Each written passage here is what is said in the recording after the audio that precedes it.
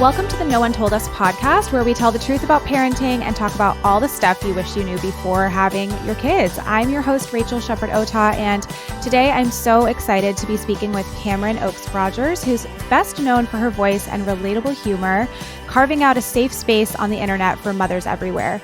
Standing proud as a mental health advocate, community curator, and overall relatable mom, her audience resonates with her realistic and authentic take on life.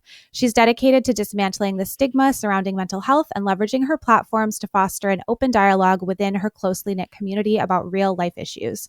Drawing from her fearless career journey, a notable 5-year stint on Wall Street, and a robust entrepreneurial skill set, she's earned recognition as one of Forbes' 5 entrepreneurs who are changing New York's wellness scene. Embracing the challenges of new motherhood, she's passionately shed light on her own experiences with pregnancy, postpartum depression, and the often unspoken or overlooked trials and tribulations of navigating this journey of motherhood.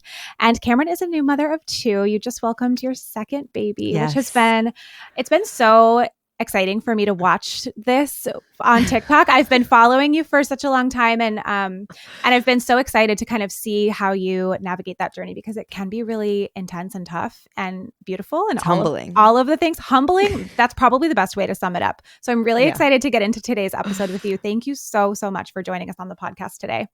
Thank you for having me. I'm so excited to chat. And I do feel like, as someone who has multiple kids, like, it must be interesting to watch the transition of someone from 1 to 2, because it's a very different experience. It's very different. Well, the thing that's funny to me is that, like, on my Instagram page all the time, people want me to poll. Like, can you please just poll and ask people what they found the hardest? Which transition was the hardest? Was it 1 to 2? Was it, becoming a mom for the first time with the 0 to 1? Was it 2 to 3?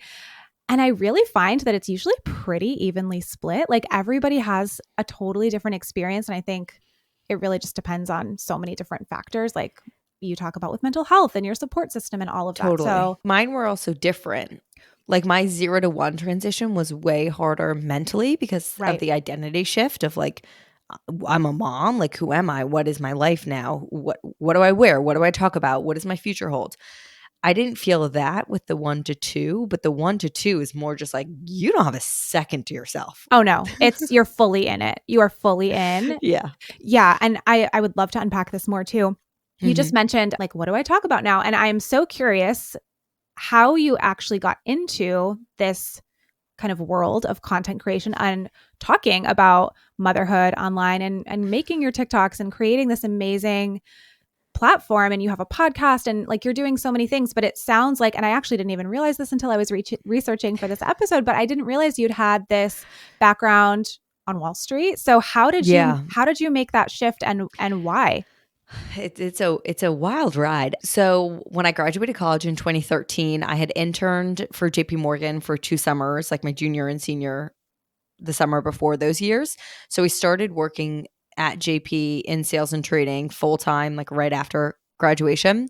And I was there for 5 years on their municipal bond desk. So I was selling municipal bonds to institutional clients. And it was a very different world. Like, truly could not get more different than what I'm doing right now. And I did love it in the sense that I was really good at it. I loved my team. It was exciting. It fed into a lot of my characteristics. So, it was really great for a type A, competitive, fast-paced type of person. However, feeding into those characteristics, it also made me like a not great version of myself because it heightened some of those things that I didn't want heightened necessarily. So I became a very, very anxious version of myself in that space. And while I was working there, I was dealing with all of these digestive health issues. And I was in my early 20s. I was in New York. I was so anxious. And I kept feeling this loneliness and depression of, like, I have everything I could want on paper. My life is perfect. Why do I feel so lonely? Why do I feel so isolated? Why am I so sad? And with the digestive health stuff, I was going on all these elimination diets with these doctors, etc., trying to figure out what the heck was going on. The intention was good in the sense that I was trying to figure out what was causing me to feel this way. But the impact was that I became so obsessed with every morsel of food that went into my body. Yeah. And alongside doing this, I started cooking for the first time because I also was spending so much money in the city on meals. And I was like, you know what? I think if I cook more, it'll help. And so that's kind of how I started. And it was also the age of when like quote unquote food porn accounts were starting in the city. Yes. Yes. And I thought maybe if I start an account, I'll get like free meals at restaurants. And so I started this account and didn't tell anyone. It was Freckled Foodie. I was only posting food. You never would have seen my face on it. Like you would have no idea who I was. I was keeping it very separate from my work. And that kind of just spiraled and kept rolling. And I just felt like there was so much I wanted to do. And I mean, it's a very long story, but the short version is that when I started this account, it was a lot of meal prep, recipes, that kind of stuff. And eventually I felt like there was something I could potentially do with this, but I simply didn't have the time working the hours I was working. And I think I had the account for like a year plus while I was still working in the corporate world. And I actually got hit by a car while I was crossing the street. I had a really bad What? concussion. Oh my It's a God. wild part of my journey, but that's what sparked everything. I was on disability from work and I was like, you know what? I will never be this young again. I will never have this little responsibility. Mm-hmm. I have the privileges and the financial means to take this leap of faith. I'm not happy. So, like, what's the point of any of this? And I left and gave myself 6 months to try and like figure it out. I left and I was meal prepping for clients. I was doing like at home like in home cooking for clients and simultaneously creating content alongside that. And it was when I left, I started talking to the camera and I started showing myself and I started sharing Mm-hmm. my journey and I started talking about mental health and my anxiety and all of these things. And that's when I really started to build this incredible community. And then it's just kind of grown from there. Oh my gosh. So that was Okay. 5 years ago. So wait, so you didn't have like culinary training. You were just like completely No. self-taught. That is Yeah. amazing. But also, like, food was such a focus. But Right. then, I don't know if you feel this way. As time went on, I just became less obsessive about food. So it was Mhm. less of like a focus. Right. But then, B, when I had kids, food is just the last thing on my mind. Like, I'm Truly. simply eating to survive. Truly. Yes. And like the more I experienced with pregnancy and having no interest in food during my pregnancy, I started sharing about that aspect of things on my platform. And I started this series, What the Fuck is Happening to My Body? Because I was like, what is going on? Why do I hate being pregnant? I thought I would love this. And then I Mhm. started sharing about my journey as a first time mom. And so my content has definitely shifted to more parenting, motherhood, mental health, and way less food. But I think that's Yeah. just the reality of so many of us. And that's what people are resonating with, right? Like people might have found you for the food stuff and then kind of just fell in love with you and really resonated with what you were talking about and wanted to follow your journey, which I think is so cool. And it's really cool that it grew kind of organically. Do you feel like it kind of gave you like a creative outlet? Do you feel like it was kind of fulfilling things that you weren't getting in the corporate world? Yeah, and it's funny because I actually never align with the label creative. Like I don't think I'm a creative person, even though technically my work is quote unquote content creation. Creator, yeah. Um, but I just don't feel like a creator or creative. But I do feel like at that time it gave me an outlet of something that wasn't so intense, numbers focused, Mm. obsessive, like competitive. It was Mhm. something to kind of slow down and have fun with. Mhm. For sure.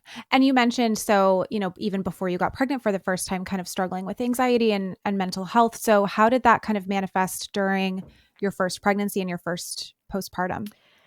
During my first pregnancy, I had been on a medication for my anxiety for like a year, I want to say, or 2 years before I got pregnant. And I had just spoken with my doctor about like, we might start trying. And she's like, okay, I don't want you on this specific medication while you're pregnant. So let's go off of it, figure out how we feel. And then if we need something, we'll go on a medication that I feel comfortable with you being on while you're pregnant. I then had a surprise pregnancy. So when I got pregnant, I wasn't on anything and my anxiety skyrocketed. those first few weeks of pregnancy, like I could not sleep. I was not even anxious necessarily around the pregnancy itself, but more just like my body was buzzing Yeah. and I was so high strung. So I ended up going on a medication that my doctors felt comfortable with. That helped a ton, but I definitely still was anxious in everyday life around pregnancy. I was not the anxious pregnant person that was like constantly worried if the baby was okay, which I think is very common, but that's Oh, just yeah. not where Yeah. my anxiety lied. Mhm. And then when it came to postpartum, I was definitely very aware of postpartum depression, postpartum anxiety, had conversations with my doctors, had conversations with my husband, etc. I was not prepared for the heightened intrusive thoughts that I experienced. Yeah. And that's why I talk about them a lot, because I think it's terrifying and there's a lot of shame around it because they're really ugly, the thoughts that you Yeah. have. But I, from the day we got home, had such intense intrusive thoughts about the safety of our baby. And it would be what I call these like final destination visions. Did you ever watch those Mhm. movies growing up? No, I couldn't. And yeah, I could They're not. so effed. I don't know why I watched them all. No, just the previews alone were like always enough for me. I was like, "No, thank you. I want no part of that." But it's so I don't know funny why I did. but it's so funny that you make that comparison because I don't know if you follow Kate Bersato. She's a friend of mine and No. she's a perinatal mental health therapist out of Canada. Okay. She has a wonderful Instagram account. I can link it in the show notes for anybody that's interested, but she talks a lot about postpartum anxiety, intrusive thoughts, and she makes that exact comparison. She's like, you feel like it's final destination. You picture yourself driving yourself off a cliff with your baby and like Oh my doing God. all these Yep. insane things that you're not going to actually do. But it's alarming to have those thoughts. It's really alarming because, and it's confusing to explain to someone that hasn't experienced it, Right. because I would be holding our baby, walking around our apartment, and I'd be like, oh, I'm going to bang his head into Mhm. this doorway, Mhm. or oh, I'm going to drop him right here on this marble countertop, or Yep. like all of these things. Mhm. And it's not, I want no part of doing that. Right. I'm not like, this is something I want to do, but I'm envisioning myself doing it. Yep. And it was so all consuming. And then I was like, what is wrong with me? Right, and then you spiral. Spiral, because Yeah. I'm like, what the heck is happening? So that was how my postpartum anxiety really showed. And I think now, I don't know if you feel this way, but as a second time mom, I look back at things I was doing as a first time mom and I'm like, oh my God, like the That's why. OCD obsession Yeah. over the naps, the time, like the wake windows, the where he Schedules. was doing this, Yep. the schedules. I was obsessed, Oh, tracking same. everything. I was gonna ask you because you mentioned you were like a type A, and I was like, from my experience working with moms, those type A's have a Oh my really God. hard time, especially the first time, with anxiety around trying to control everything. I was obsessed. Same. Yep. And that's why the second has been such a gift, Mhm. because I realize A, you can't control shit. No. You can try. And B, I'm like trying to enjoy way more because I'm not obsessed. Like, oh, he didn't finish his nap. Okay, I'll just hold him for a little bit. Wow, Right. how great is this? I Right. love cuddling with my baby. Like Yeah. things that I would have never been able to do as a first time mom, just mentally myself. 100%. We're going to take a quick break and then I want to come back and talk more about this transition that you've recently gone through with 1 to 2.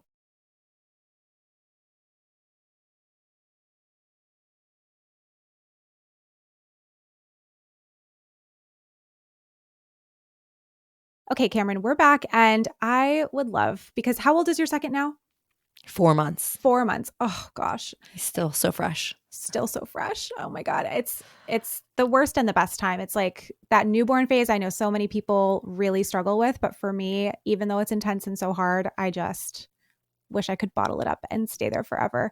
How have you mentioned before, how you've kind of been like enjoying this time a little bit more and knowing Mhm. how fleeting it is has been really helpful. What are some things that have surprised you about the transition from 1 to 2 that you kind of weren't prepared for, even though you were already a mom? Well, I had a different, and I always feel shame isn't the right word, but I think many people experience this and it's hard to put words to and speak publicly on. But when our first was born, I felt an incredibly deep connection the second he was put on my chest. Mm. And I think with our second, it's confusing because you have this relationship with your other child based on time. Like you've spent, for me, 2.5 years getting to know this kid. Yeah, The falling in kid love with now them. talks. The kid like you have an interactive relationship. So to go back to a baby kind of feel like a fresh newborn feels like, wait, this is kind of boring. Like Yeah. what do you do here? Like give me something. Yeah. And I think it took me longer the second time around to feel the connection, Mm. which I mentally struggled with a bit, like beating myself up over. Yeah. But then I think once I kind of let go of comparing the two experiences, I found my own groove with our second. And also, it's just my kids are wildly different. I don't know if that'll be the case as they get older, but as babies, they are night and day. How? Things that I want to worked. hear how. Our first, I did not realize was an angel. Like, I mean, everyone said that to me. They were like, this isn't normal. I'm like, yeah, whatever. You just thought you were like killing Literally it. never heard him cry once. Oh my The baby did God. not cry. Oh my God. He was one of those 12 hours by 12 weeks. Shut up. Slept, oh yeah, 7 to 7 by 12 weeks. And slept all of his naps in his snoo, like slept through the night, not a peep, just Get like all outta of those here. things. He did not spit up once his entire life. There was Oh my one God. occasion that Joe and I, my husband, recall. Not one time did he spit up. So our second came out just like he's not middle because I don't know if we're having a third, but he's a second like I am. Right. Like he is energetic. He is constantly wanting to move. He had really bad reflux in the beginning. We dealt with some medical stuff with him in the beginning, which was also just a very different experience to go through. Sleep, don't know it. Like he's like, no, Don't we're know not her. sleeping. No, like I will only sleep in your arms, ma'am. So it's been a very different experience. And my husband and I are constantly trying to remind ourselves not to compare the two because Yeah. I don't want to constantly be comparing our children. I don't think that's healthy for them. But it's just been an eye-opening experience in the sense of, wow, every kid is not the same. Even the things they like the snoo was the best thing ever for our first. The second, I don't think it made a difference. Right. Like little things, they just are very different.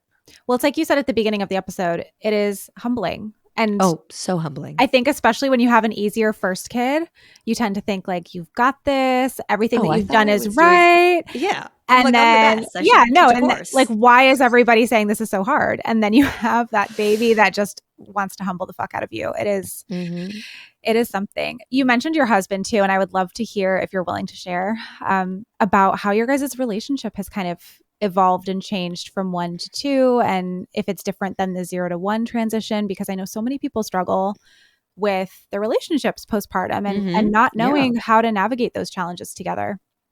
I think it's different in the sense of we have the confidence that like this is not permanent. Yeah. So I remember the 0 to 1 transition was very hard because you enter this roommate phase where you're so focused on something other than yourselves or each other. And it does become these like two ships passing in the night where one of you is always doing something or you're always talking about the schedule, the feeds. Like it's postpartum is not sexy. Not at all. You lose that whole aspect of your relationship. And we didn't have any help with our first for the first like 4 months. So there was no like alone time. We weren't going out on dates, any of that.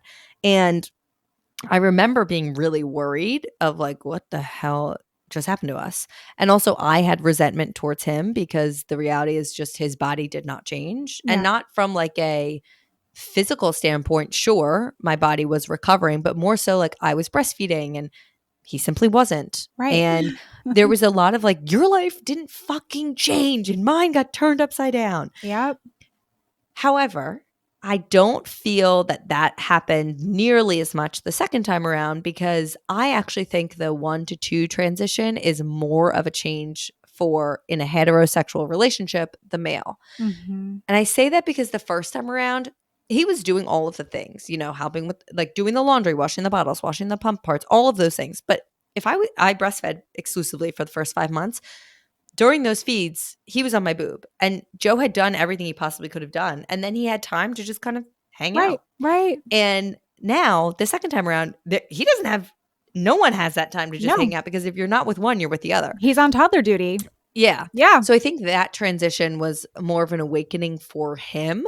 And for us as a couple, you know, we are exiting the roommate phase right now, slowly exiting. But as I said, there's the confidence of like, okay, this is not forever. We will get back to a place where like we have some time for ourselves. We will go on a date again at some point. Yeah. And that confidence is helpful to just get through the like difficult phase of postpartum. It's so true. I always say I wish that you could have the perspective of a second-time parent when you're a first-time parent, because it would help so many. When you first have a baby, you think it's your life forever, and it's so freaking scary. I just remember being like in panic mode all the time. Like, this is my life now. What did I do? This was a huge mistake. And then, you know, you come out of it and you're like, oh, like that wasn't so bad. Let's do it again. Awesome. Let's do it again. But that perspective really is just so incredibly helpful. How do you guys, because you are, you know, full-time content creator, you're doing so much. How do you guys kind of split the load so that you can do all the things that you're doing and so that he can do the things that he wants to do? We are big proponents of division of labor to the point where I have a whole episode that like lays all of this out that I can send you if you want to put it in the show notes. But there's this game, quote unquote. I wouldn't call it a game, but I think it calls itself a card game called Fair Play at Home. Yeah. So good. So we like fully did the whole thing after our first, because like I said, the resentment, I was like, I feel like I'm doing everything. And to his defense, he was like, I feel like I'm doing a lot and I'm not getting any acknowledgement for it. And I'm like, well, all of your tasks, like emptying the dishwasher, doing the laundry, taking the trash out, are tangible. It's clear. You have done that task. Mine was all mental load. So it's less visual, but it's nonstop. And it's like I always give the example of kids' clothing. It seems so easy, right? Oh, they just need to have clothes. But like, what size are they? What size are they in that specific company? What season is it? Are they going to grow out of this size by that next season? So do they need new ones? Speaking of size, what size diaper are they? Do we have enough diapers? If I order the set of diapers and I get the 8 packs, do I need to get the next size, or can I do half and half? Do we have wipes? Like, it just goes and goes and goes. Never ends. And yeah. And so we sat down and did a full like division of every task, to the point where if I own the task, he never thinks about it. If he owns a task, I don't think about it. So these have shifted over time, especially as we move to a house. There are a lot more things to upkeep, and we added our second child. But for instance, the clothing thing, he has no concept of where our first clothes are in our storage and how they're organized and when they get brought out. That's a task I own. I have no concept of what days the trash goes out, the recycling goes out, whether we have paper towels, where the paper towels are even stored. Like, those things right over my head, because that's a him thing. I love it. So we are very intentional about that, because I think otherwise it's just a lot. And, you know, we are very a 50-50 divide. With work, it's different because he works a corporate job. But he works from home 4 days a week. So, you know, splitting up who's taking our toddler to school, who's doing drop-off, pickup, etc.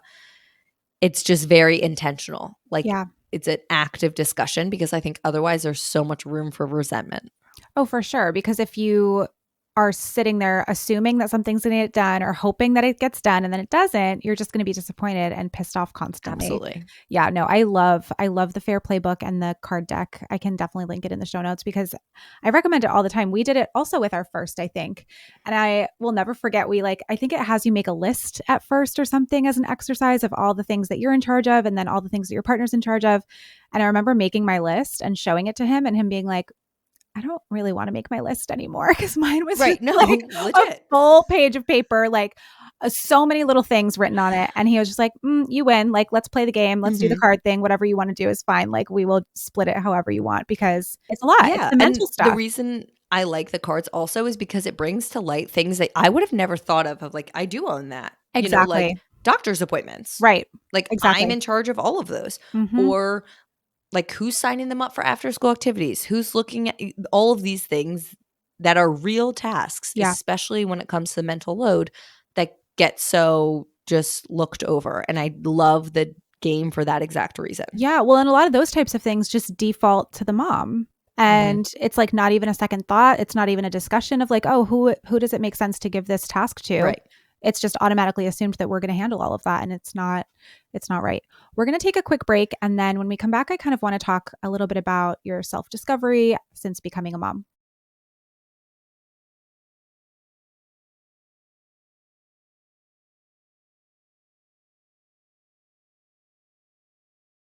Okay, we're back with Cameron, and you recently shared, and this resonated with so many people. I've shared about it recently as well, and it went very viral on TikTok because I think just so many people are talking about this right now, is the decision to, I don't know if you consider it going sober, but kind of the decision to be alcohol free for some period of time. I would love to hear about your kind of thought process behind this and how you decided to share about it and be so open about it.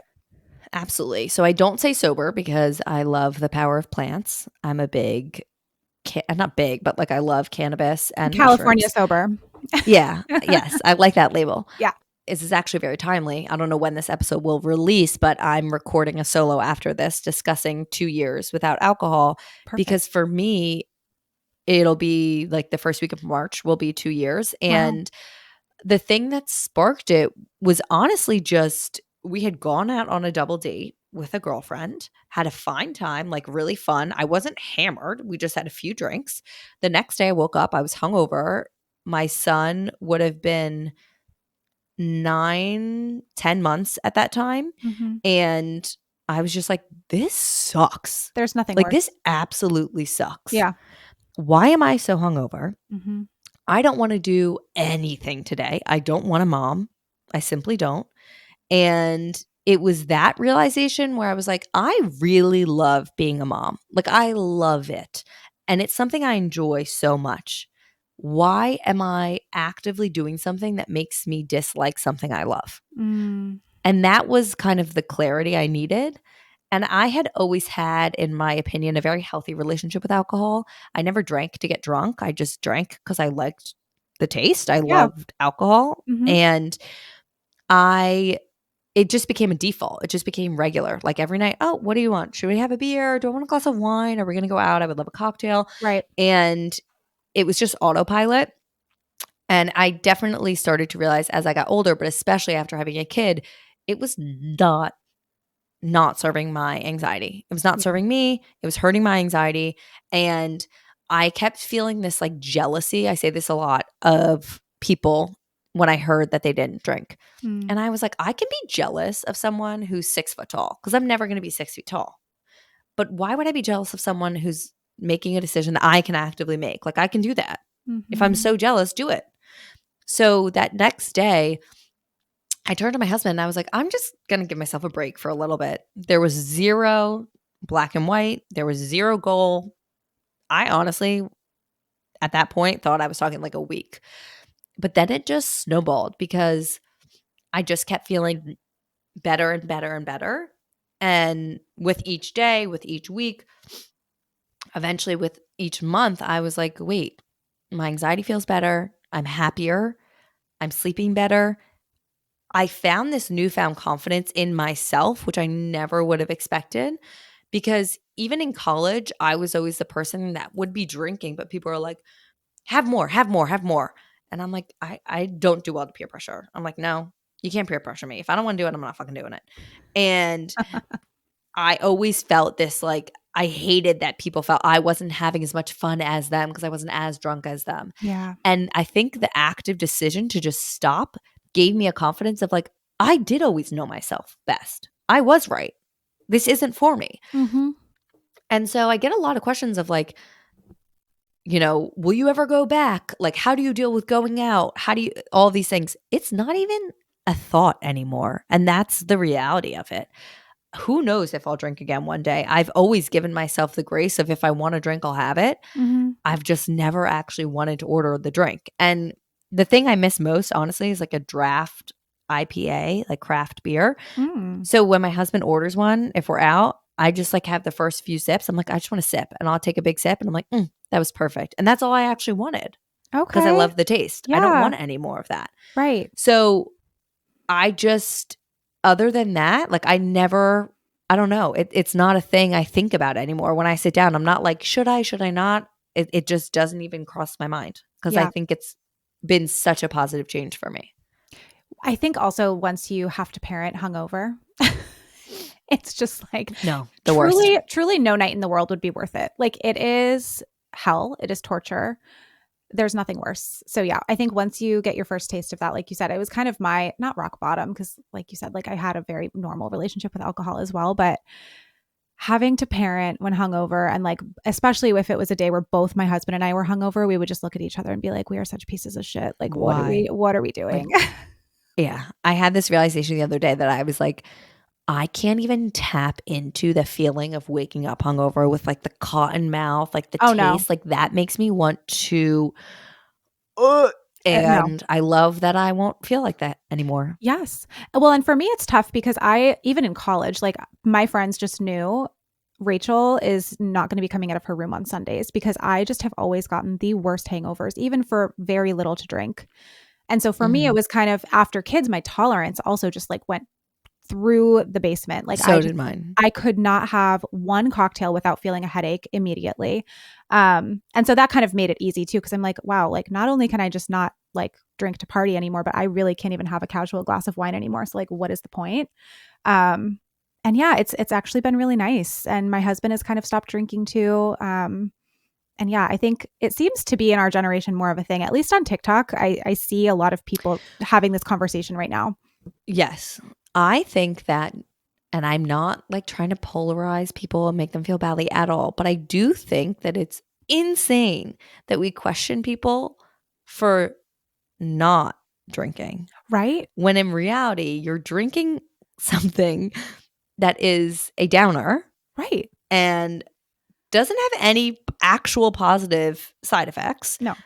And I do think that alcohol will be like the cigarettes. For sure. In some future generation. For sure. It's become so normalized that, and I think there's so much money to be made in it that like companies are going to push very, very hard against this kind of like new movement. And, you know, I think it's going to be hard for like restaurants to keep up and stuff like that. But I do think that it's weird how normalized it's become. And people are starting to kind of like wake up to the fact that like, oh, I don't actually have to binge drink every time I go out. have to do this. Yeah.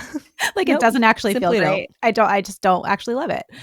I know you talk so much on TikTok about motherhood and, you know, your mental health, and you're so just refreshingly honest. And I think that's why you've garnered such an amazing community. Why do you think so many of us struggle with losing our identities in motherhood? And how have you been able to kind of navigate this and find an identity outside of being a mom, even though your content is largely about parenting and being a mom? Or have you? Yeah. I feel like I did, and now I feel like I don't. And I think that's because I'm so freshly postpartum that like I will hopefully find it again. But I think so many of us struggle because your world is literally turned on its axis. Like suddenly everything is surrounded around this one tiny human.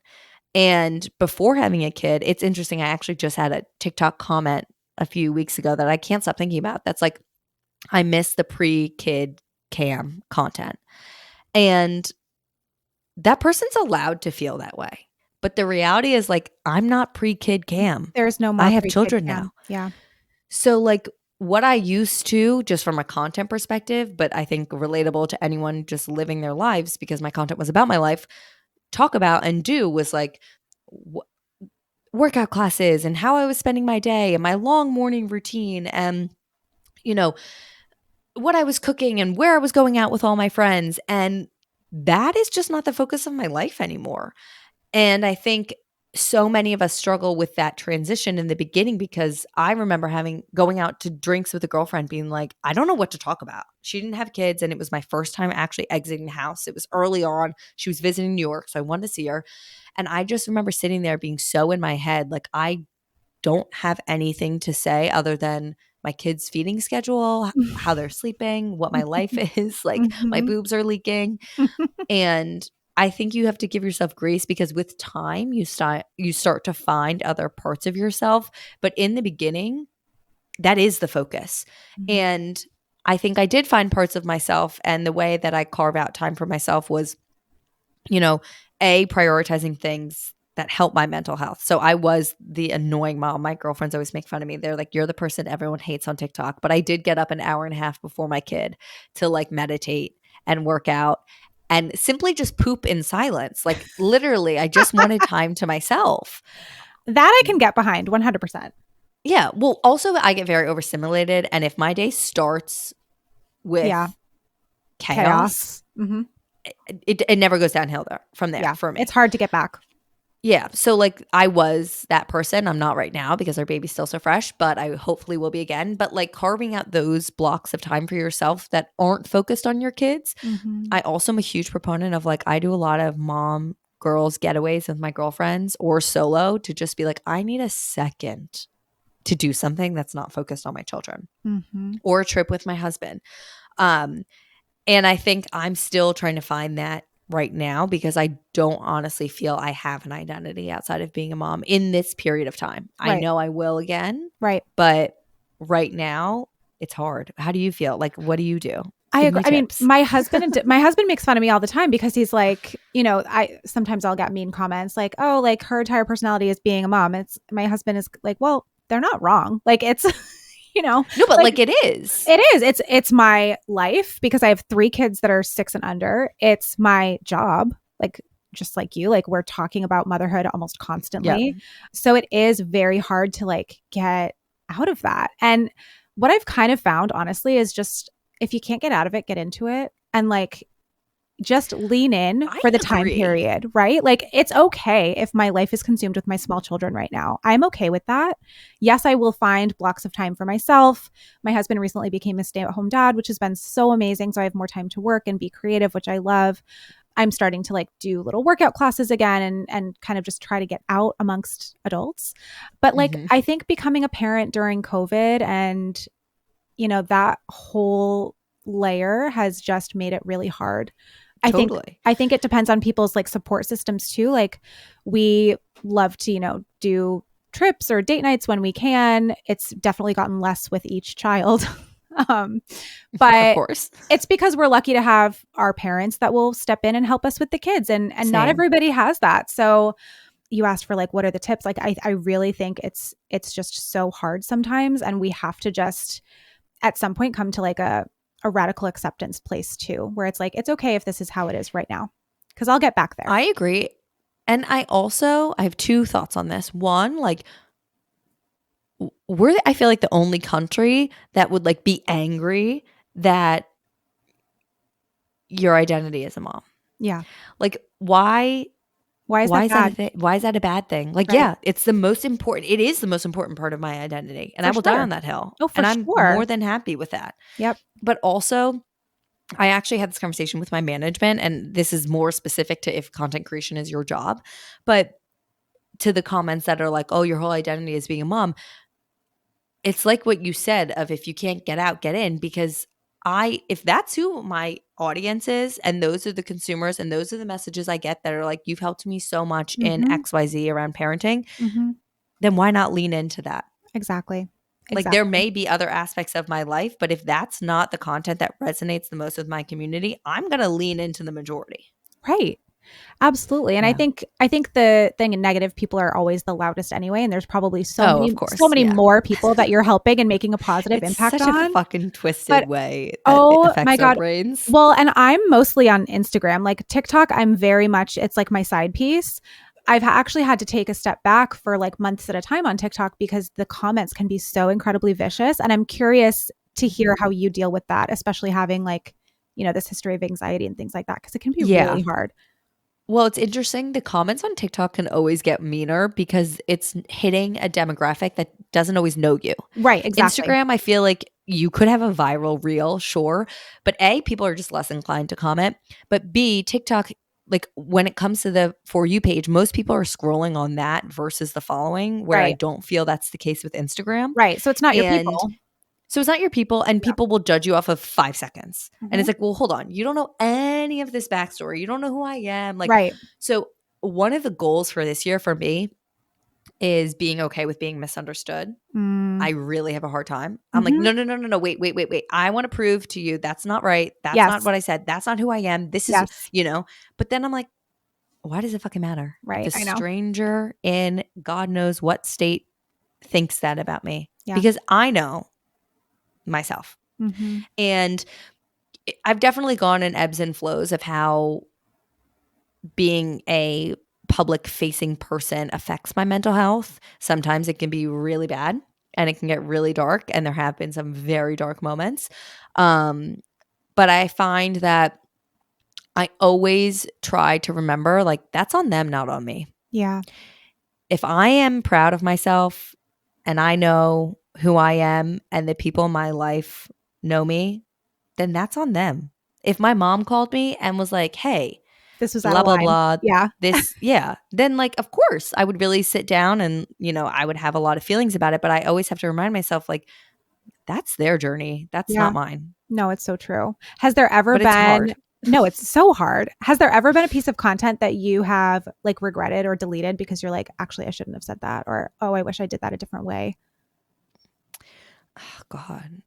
One, not that I regretted, one that did recently go viral and got like some pushback Mm, was a video I posted. It was a clip from a solo podcast episode talking about like how my love and relationship felt different because when I had my second, it was kind of what I said on here.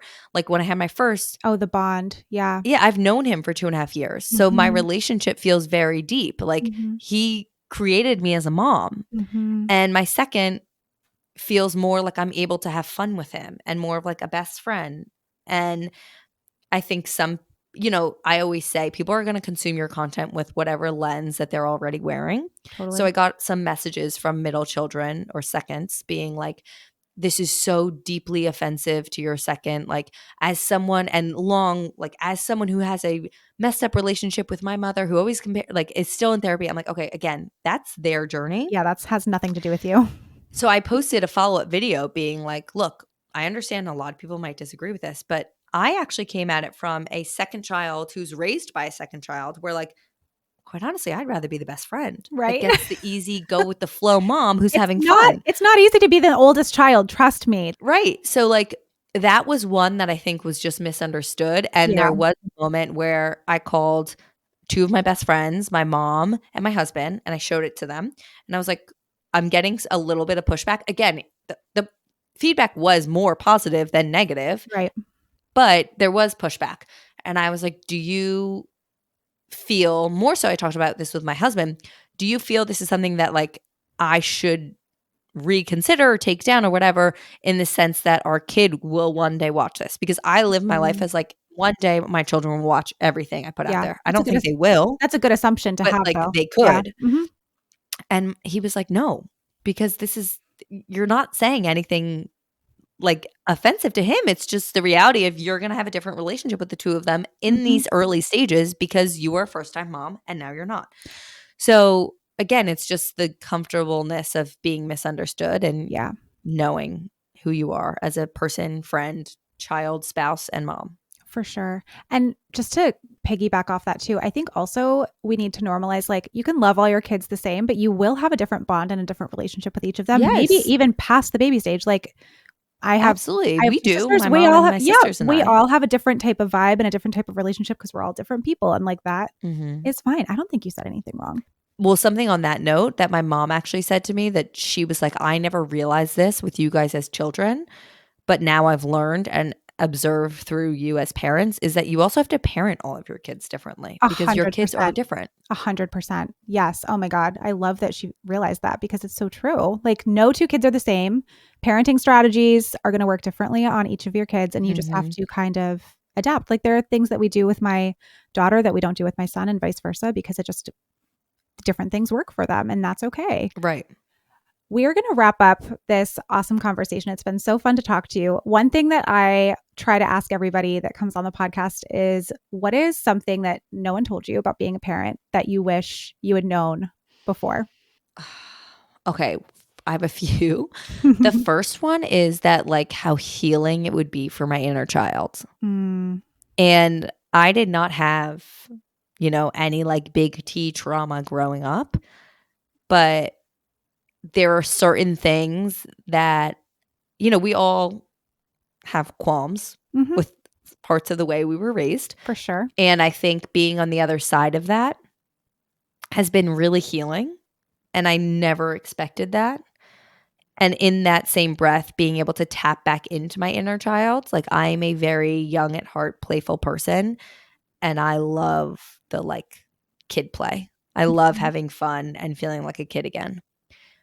I also don't think I ever understood or could have grasped how mentally consuming and hard it can be. And the true ability to feel two conflicting emotions at once. Wanting to just have a break and time for yourself and to step away and be like, oh my gosh, I need them to go to sleep. And then the second they go to sleep, wanting to cuddle them. Yeah. Just constantly. It's like, how do these two things how do I have at the same time? Yeah. How do I have so many feelings all the time? Yeah. Cameron, thank you so much for being on the podcast today. It was really, really fun to talk to you in real life instead of just watching your content on TikTok.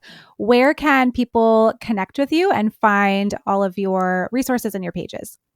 So my Instagram and TikTok is Cameron Oakes Rogers. It's funny that you say you think Instagram is like your main and TikTok's your side, because I feel the same way, but my community is larger on TikTok, so it's actually confusing. Yeah. But I think it's because I started with Instagram. Right. So it just feels like my safe place. Like, right, I don't know. No, same. So those are my handles. And then my podcast is Freckled Foodie and Friends. And we release a new episode every Wednesday. Amazing. Thank you so much for joining us. Have a great rest of your day. Thank you so much for having me.